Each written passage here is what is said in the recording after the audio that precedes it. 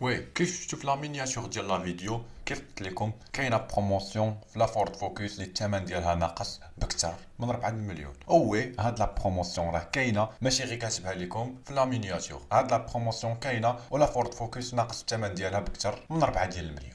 اللي خليكم معنا في لا فيديو باش تعرفوا على كاع المعلومات واللي اهم حاجه الثمن.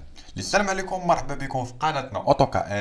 اللي مازال ما كيعرفناش، حنا قناه كنتكلموا غير على مواضيع ديال السيارات، اي موضوع كيخص السيارات حنا كنهضروا فيه في هاد لاشين. وبطبيعه الحال الا كنتو باغيين ندير شي فيديو اللي مهم، يعني عندكم شي موضوع باغيين تعرفوا عليه دي زانفورماسيون، خلي ليا لا فيديو اللي بغيتي ندير لك ومرحبا. حنا في هاد لاشين كنديروا الفيديوهات اللي بغيتو نتوما.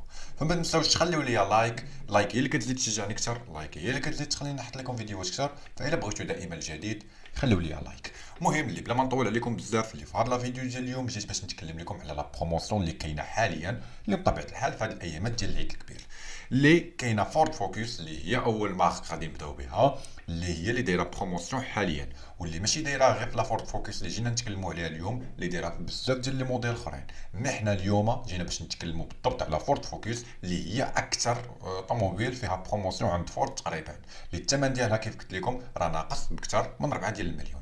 اللي خليكم معنا في لا فيديو باش تعرفوا على الثمن ديال هذه السياره بشحال كانت وبشحال ولات. بطبيعه الحال كاع لي زانفورماسيون اللي كيهموا هذه السياره غادي نقولهم لكم اليوم في المغرب. بطبيعه يعني اللي كاينين، يعني لي فيرسيون اللي عندنا هنا في المغرب هما اللي غادي نعطيكم لي زانفورماسيون ديالهم، حيت بطبيعه الحال النسخ اللي برا ماشي هما بحال النسخ اللي كاينين في المغرب.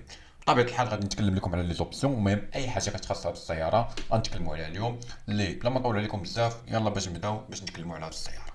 لا فورد فوكس ماروك اللي حاليا راها في لا جينيراسيون ديالها الرابعه، يعني النسخه الرابعه ديالها حاليا، اللي هذه السياره اللي ماشي يعني باش بزاف باش بانت، اللي هذا الموديل بالضبط راه بانت تقريبا في الاواخر ديال 2020، قلت تقريبا 2021 فاش بانت. واللي لافونتاج ديال انك كتشري سياره اللي يلاه بانت في السوق، يعني واحد المده طويله كتبقى عندك شاده الثمن ديالها الا بغيتي تبيعها، وكتبقى تبان جديده في السوق. عند السياره باقا كتخرج دوبل في واحد المده طويله غادي تبقى كتخرج دوبل في. يعني مثلا هذه السياره بانت في 2020، يعني الجديده ديالها ما غاديش تبان تقريبا حتى 2026 مثلا. يعني هذه المده كامله الطوموبيل غتبقى محافظه على الثمن ديالها الا بغيتي تبيعها، وغادي تبقى كتبان جديده في السوق. اللي هذا هو لافونتاج ديال انك كتشري السياره اللي يلاه بانت في السوق، واللي هذه السياره اللي فيها هاد لوبسيون اللي مزيانه بزاف. اللي باغي يشري جديد هذه من احسن السيارات في الجديد. بطبيعه الحال القديم هضره اخرى. اما من ناحيه الديزاين وداك الشيء فالسياره كتبان يعني مزيانه اكثريه. انا شخصيا عجبتني من اللور بزاف، مي كيف كنقول لكم الديزاين انا ماشي سوقي. فالاذواق لا تناقش، الديزاين كتبقى غير مساله ذوق وصافي. فداك الشيء بلا ما نضيعوا فيه حنا الوقت ونتكلموا عليه، اللي نتكلموا دابا على المهم اللي هي الموتوريزاسيون ديال هذه السياره. فغيكونوا هانيين الناس اللي باغيين ليكونومي، فهاد السياره ايكونوميك ديال بصح، اللي عندها ارخص ضريبه ممكنه واقل كونسوماسيون ممكنه.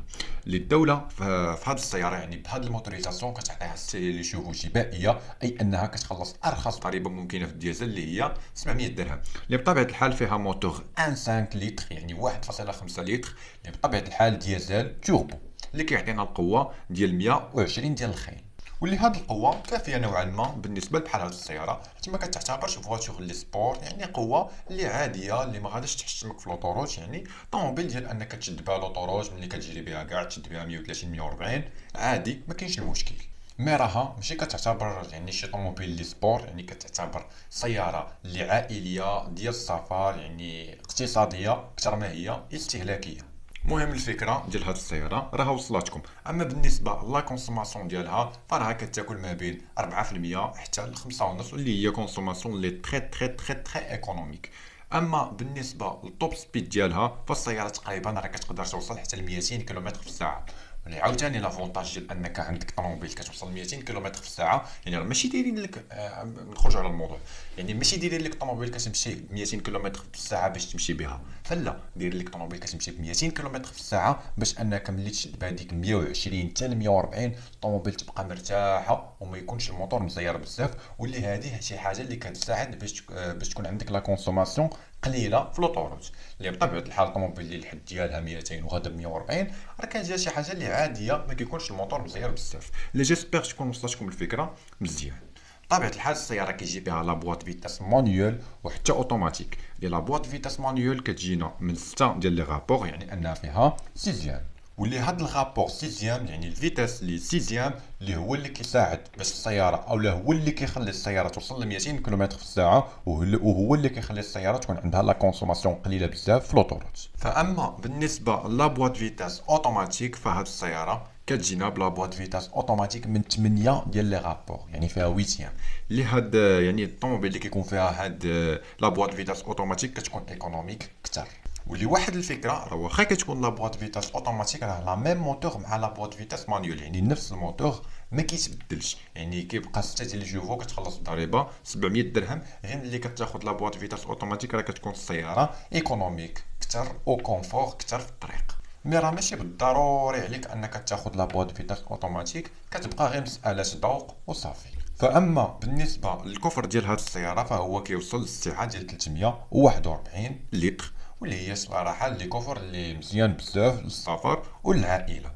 اما بالنسبه لي زوبسيون ديال هذه السياره فدابا تكلمنا على الموتوريزاسيون تكلمنا على الشكل ديال السياره يعني كاع لي زانفورماسيون المهمين تكلمنا عليهم. فدابا نتكلموا على لي زوبسيون اللي كيجيونا في هذه السياره ابخي نهضروا على السياره على الثمن ديالها بشحال كانت وبشحال ولات.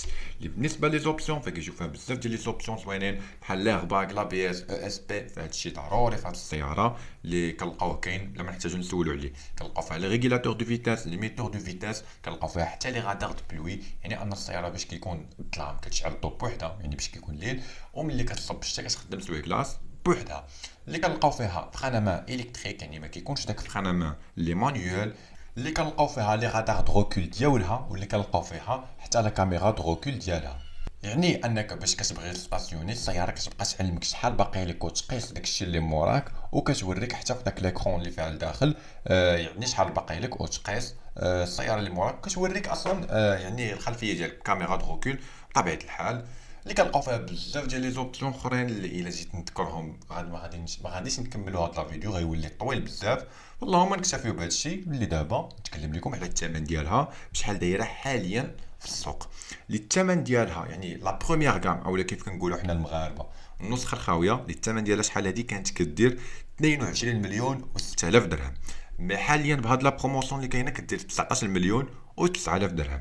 اما بالنسبه لا دوزيام غام اللي الثمن ديالها كيدير 25 مليون و9000 درهم. مي حاليا بهاد لا بروموسيون اللي كاينه كيبقى غير بالثمن ديال 22 مليون و5000 درهم. اما بالنسبه لا تخوازيام غام اولا النسخه الثالثه فالثمن ديالها شحال هادي كانت كدير تقريبا 28 مليون.